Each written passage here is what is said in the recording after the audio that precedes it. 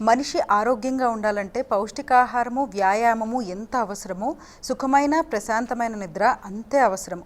పగలంతా కష్టపడతాము, అలసిపోతాము, మళ్ళీ తర్వాత రోజు అంతే యాక్టివ్గా పనిచేయాలంటే రాత్రి చక్కటి నిద్ర ఉండాల్సిందే.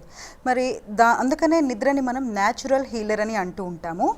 కొంతమంది నిద్రపోతూ ఉంటారు, కొంతమందికి అసలు నిద్ర పట్టదు, మరి కొంతమందికి శ్వాసనాళం మూసుకుపోయి బాడీ అంతా కూడా ఆక్సిజన్ సరిగ్గా వెళ్ళక ఇబ్బంది పడుతూ ఉంటారు. దీన్నే స్లీప్ ఆప్నియా అంటారా? అసలు అంటే ఎటువంటి సమస్యలు, అనారోగ్య సమస్యలు వస్తాయి స్లీప్ ఆప్నియాతో, ఎటువంటి ప్రమాదాలు ఉంటాయి, వీటన్నిటి గురించి సమగ్రంగా తెలుసుకుందాం ఈనాటి మన హెల్త్ జోన్లో. మరి తెలియచేయడానికి మనతో పాటు ఉన్నారు లక్ష్మణ్ బాబు గారు, పల్మనాలజిస్ట్. వారితో మాట్లాడదాం.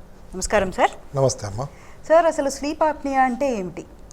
స్లీప్ యాప్నియా అంటే పేరులో చెప్పినట్టుగానే నిద్రలో యాప్నియా అంటే శ్వాస ఆగిపోవడము.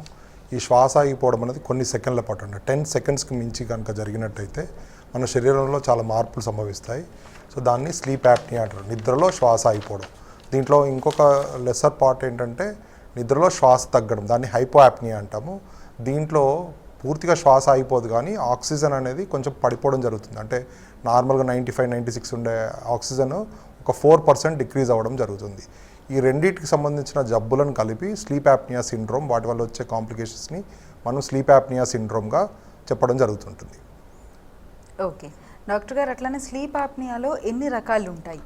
స్లీప్ యాప్నియాలో ముఖ్యంగా 2 రకాలమ్మా. ఒకటి అబ్స్ట్రక్టివ్ స్లీప్ యాప్నియా, అంటే గొంతులో అడ్డంకుల వల్ల వచ్చే ఇబ్బందిని అబ్స్ట్రక్టివ్ స్లీప్ యాప్నియా అంటాం. ఇది చాలా కామన్, మోస్ట్ కామన్. రెండవది సెంట్రల్ స్లీప్ యాప్నియా, అంటే శ్వాస తీసుకోవడానికి మనకు బ్రెయిన్ నుంచి వచ్చే స్టిమ్యులస్ లేకపోవడం వల్ల వచ్చే, నిద్రలో ఆ స్టిమ్యులస్ లేకపోవడం వల్ల వచ్చే దాన్ని సెంట్రల్ యాప్నియా అంటాం. ఈ సెంట్రల్ యాప్నియా అనేది ముఖ్యంగా స్ట్రోక్, అంటే బ్రెయిన్ స్ట్రోక్ వచ్చిన పేషెంట్స్లో, అట్లాగే కార్డియాక్ ఫెయిల్యూర్ పేషెంట్స్లో చూడడం జరుగుతుంటుంది. అదే అబ్స్ట్రక్టివ్ స్లీప్ యాప్నియా అనేది చాలా కామన్. ఇది అన్ని ఏజ్ గ్రూప్లో మనం చూస్తూ ఉంటాము, మిడిల్ ఏజ్ గ్రూప్లో ఎస్పెషల్లీ కామన్. అండ్ ఇది కామన్ ప్రాబ్లం అనమాట, sleep most common sleep disorder in middle age and as well as children. So ఇదే కాకుండా మిక్స్డ్ స్లీప్ యాప్నియా, అంటే కొంతమందిలో ఇనిషియల్గా అబ్స్ట్రక్టివ్ స్లీప్ యాప్నియా ఉండి తర్వాత సెంట్రల్ స్లీప్ యాప్నియా కూడా మారవచ్చు. దాన్ని మనం మిక్స్డ్ స్లీప్ యాప్నియా సిండ్రోమ్ అంటాం. ఇలా 3 రకాలుగా ఉంటుంది. Most common is obstructive sleep apnea. Okay, ముఖ్య లక్షణాలు ఏంటి డాక్టర్ గారు? ఈ పేషెంట్స్లో ముఖ్యమైన లక్షణం ఏంటంటే గురక. చాలామందిలో ఉండే అపోహ ఏంటంటే గురకబెట్టి, ఎవరైనా గురకబెట్టి నిద్రపోతున్నారంటే అతను చాలా బాగా నిద్రపోతున్నాడు అనేది మనకున్న అపోహ.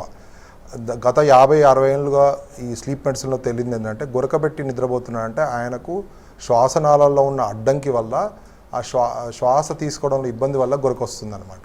సో ముఖ్యమైన లక్షణం గురక.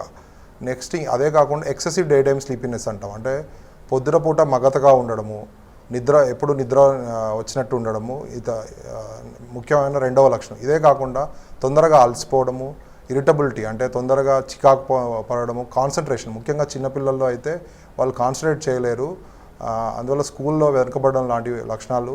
ఇతరత్ర లక్షణాల్లో ముఖ్యంగా ఏంటంటే ఎక్కువ తరచుగా మూత్రానికి వెళ్ళాల్సి రావడము రాత్రిపూట, ఇవన్నీ ముఖ్య లక్షణాలుగా ఉంటాయి. ఓకే డాక్టర్ గారు, ఎవరికి ఎక్కువగా ఇది ప్రమాదకారి? ఇది అన్ని వయసుల వాళ్ళు సంభవించవచ్చు, కానీ middle age male who is obese, అంటే బరువు ఎక్కువగా ఉన్న వాళ్ళలో, ఆల్కహాల్ ఎక్కువ తాగే వాళ్ళలో, జెనెటిక్గా చిన్న గదవ, అంటే మైక్రోగ్నాథీ అంటాం, గదవ చిన్నగా ఉన్న వాళ్ళలో, అట్లాగే చిన్నపిల్లల్లో చూసినట్టయితే టాన్సిల్స్, ఎడినాయిడ్స్ ఉన్న చిన్నపిల్లల్లో, అదే కాకుండా నెక్ సర్కంఫరెన్స్ అంటాం, అంటే నెక్ చిన్నగా ఉండి దాని సర్కంఫరెన్స్ 40 సెంటీమీటర్స్ కంటే ఎక్కువగా ఉన్నట్లు, అంటే స్టౌట్ పేషెంట్స్లలో.